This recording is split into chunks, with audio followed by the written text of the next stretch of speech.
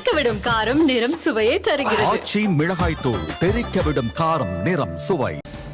தற்போது நமது இணைப்பில் மூத்த பத்திரிகையாளர் திருமிகு தராசு ஷாம் அவர்கள் இணைப்பில் இருக்கிறார். சார் வணக்கம்.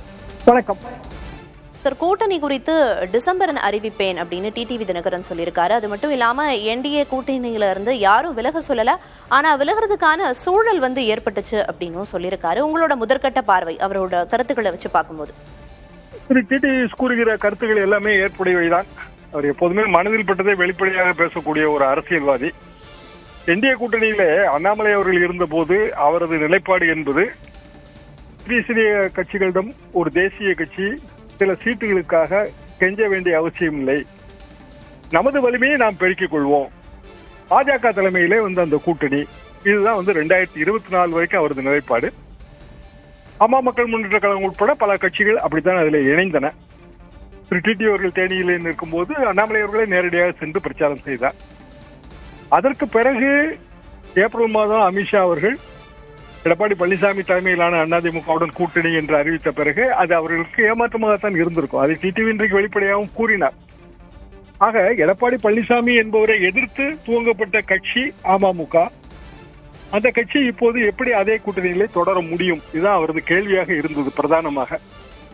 அப்படி என்றால் அண்ணாமலையின் நிலைப்பாட்டுக்கு ஆதரவு. அண்ணாமலை எனது நண்பர் என்றும் கூறிவிட்டார்.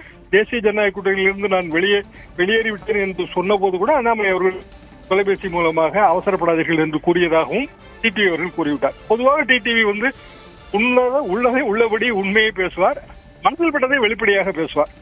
ஆக 2 விஷயங்களை இதில் பார்க்கலாம். ஒன்று, அமமுக இடம்பெறுகிற கூட்டணி வெற்றி கூட்டணியாக அமையும் என்பது ஒன்று. இரண்டாவது, எங்கள் உயரம் எங்களுக்கு தெரியும், நாங்கள் தலைமை பதவிக்கு ஆசைப்படவில்லை, ஆனால் அமமுகவை சேர்ந்தவர்கள் எம்எல்ஏக்களாக ஆவார்கள். இப்படி நான் அதை புரிந்து கொள்கிறேன்.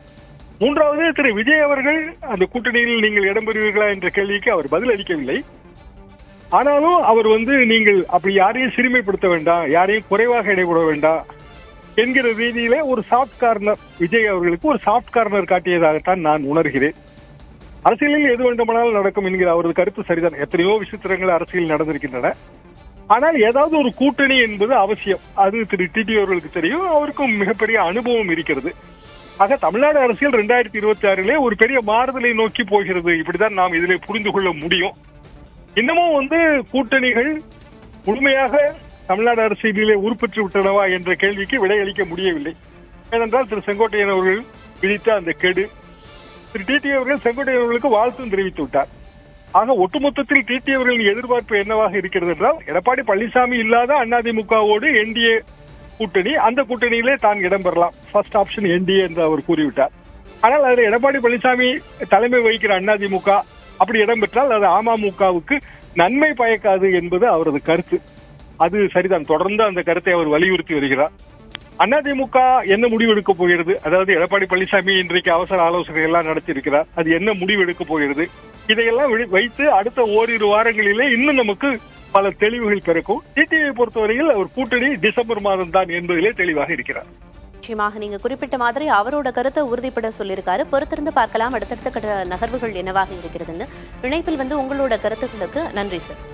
தெறிக்கவிடும் காரம் நிறம் சுவையை தருகிறது. ஆச்சி மிளகாய் தூள் தெறிக்கவிடும் காரம் நிறம் சுவை.